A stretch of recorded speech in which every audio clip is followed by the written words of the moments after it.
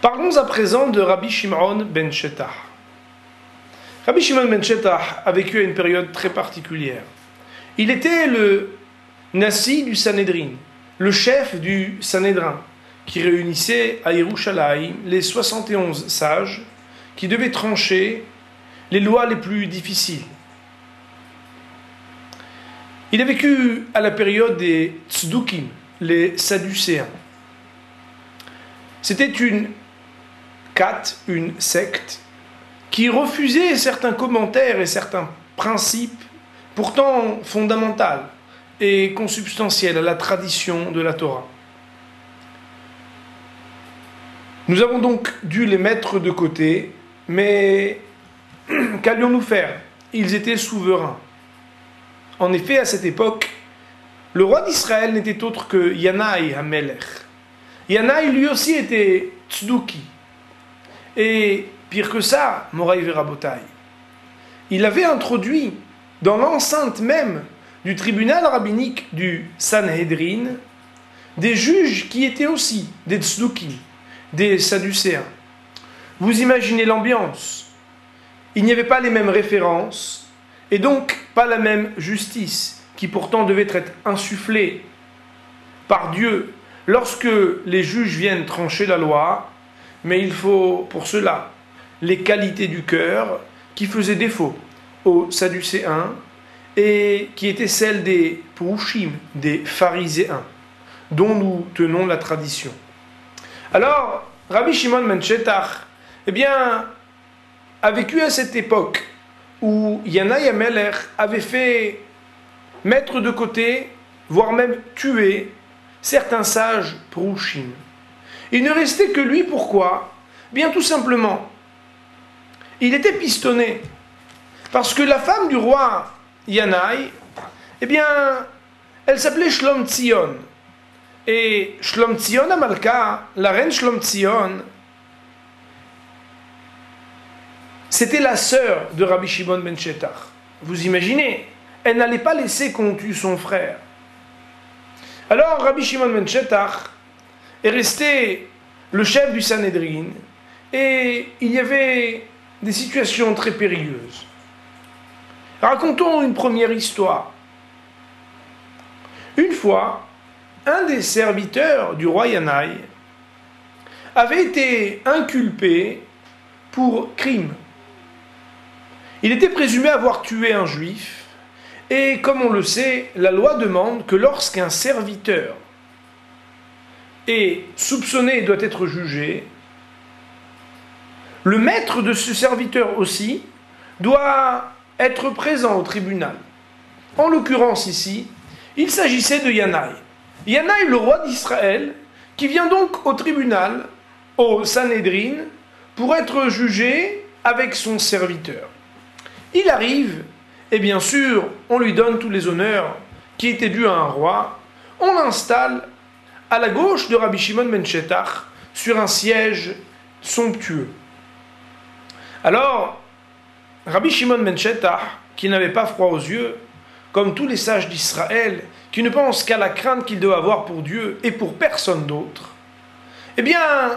lui dit, Yanaï, votre majesté, levez-vous donc. Quand l'accusé doit se tenir debout, son maître aussi doit être debout. Même s'il est un roi d'Israël, il n'y a, pour le tribunal rabbinique, aucune différence. Nous ne sommes pas corrompus ni influencés, et donc vous devez vous lever. Alors Yanaï Hamelech, le roi Yanaï, était un peu offusqué. Il considérait comme honteux le fait de faire lever de roi d'Israël. Alors il a rusé.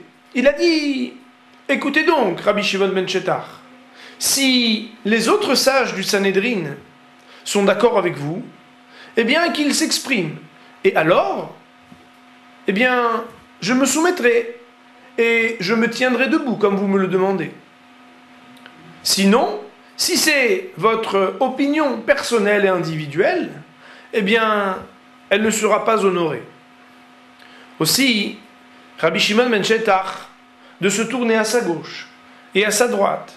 Et il voit tous les sages qui siègent au tribunal rabbinique et qui, comme on l'a dit tout à l'heure, étaient pour la plupart des tzdukim, des sadducéens de mauvaise composition spirituelle, soi-disant en train de réfléchir, à se dire « Oh là là, j'ai un problème très important à réfléchir ». Enfin, ils essayaient d'éviter de s'exprimer parce qu'ils ne voulaient absolument pas tenir le même principe et les mêmes exigences que Rabbi Shimon ben Shetach. Alors, Rabbi Shimon ben Shetach était très en colère. Car voilà qu'il n'était pas juste de considérer autrement le roi d'Israël.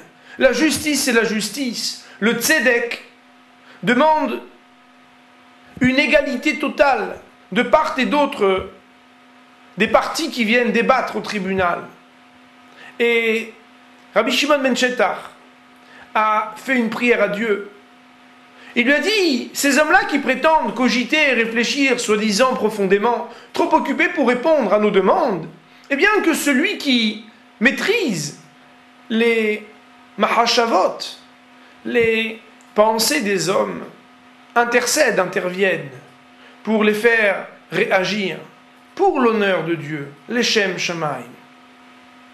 Et c'est ainsi, nous raconte le Talmud dans le traité de Sanhédrin, que l'ange Gabriel est venu et a brusqué tous ces hommes qui soi-disant réfléchissaient pour les faire réagir. Et lorsque tous ceux qui refusaient de s'exprimer sont littéralement tombés par terre, parce qu'un ange les a fait tomber de leur chaise, eh bien, le roi Yanaï Amelech, malgré sa prestance, malgré son charisme, a été ébranlé, a compris qu'il se passait quelque chose et a accepté de se tenir debout parce qu'un roi n'est pas logé à une autre enseigne que les autres lorsqu'il s'agit de la justice.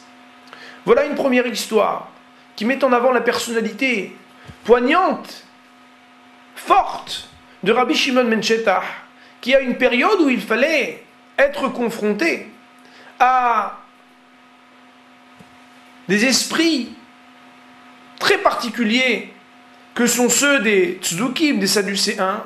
Il fallait le courage et la vaillance de ce grand sage d'Israël qui, nous le verrons, pas seulement à une reprise, mais jusqu'à la fin, aura eu raison des sadducéens pour l'honneur des pérouchim, des pharisiens, et bien sûr avec les intentions uniques de faire le kavod shamayim, l'honneur du ciel.